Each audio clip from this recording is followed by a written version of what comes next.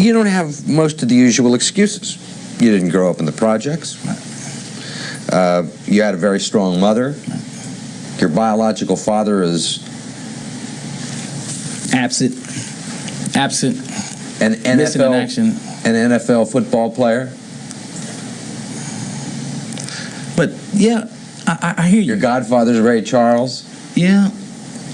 But while my mother's at work being a working class woman, while my father was on the football field, while Ray was in the recording studio, I was in the street. You know what I mean?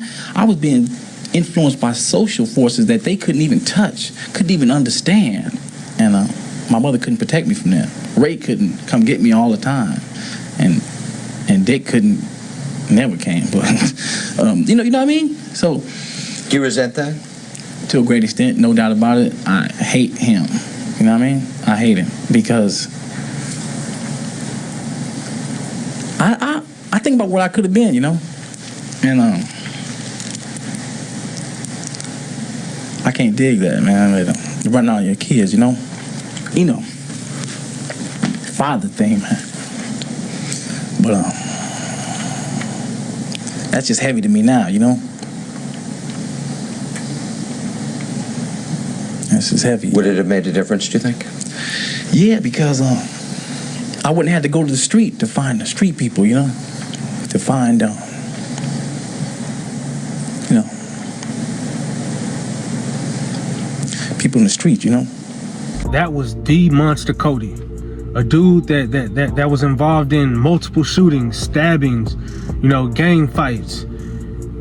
Toughest dude you could probably think of. And he shed a tear thinking about, what if I had a father? He shed a tear thinking about the regrets he had, the decisions he made because he didn't have a father. Man, it's clear to see to me, like, I don't care how tough you are. I don't care if you're the big bad bully, whatever, the big bad wolf. Not having that dad around, we long for that. We long for that in here as young men. You know, something else that I took note of is this. It's so much truth in the old proverb and the old adage, it takes a village to raise a child, right?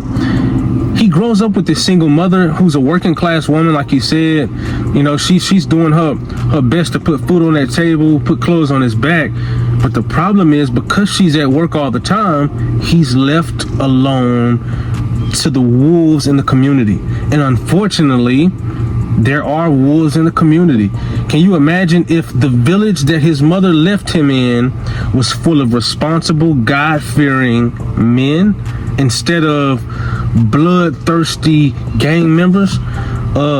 You know, he talked early in this interview about how the community he was in, when he was asked, why did you join the Crips? You know, he joins this gang at 11 years old, and he basically says this: the men in the community made joining this gang the measure of manhood, the measuring stick of masculinity, and that's why I joined.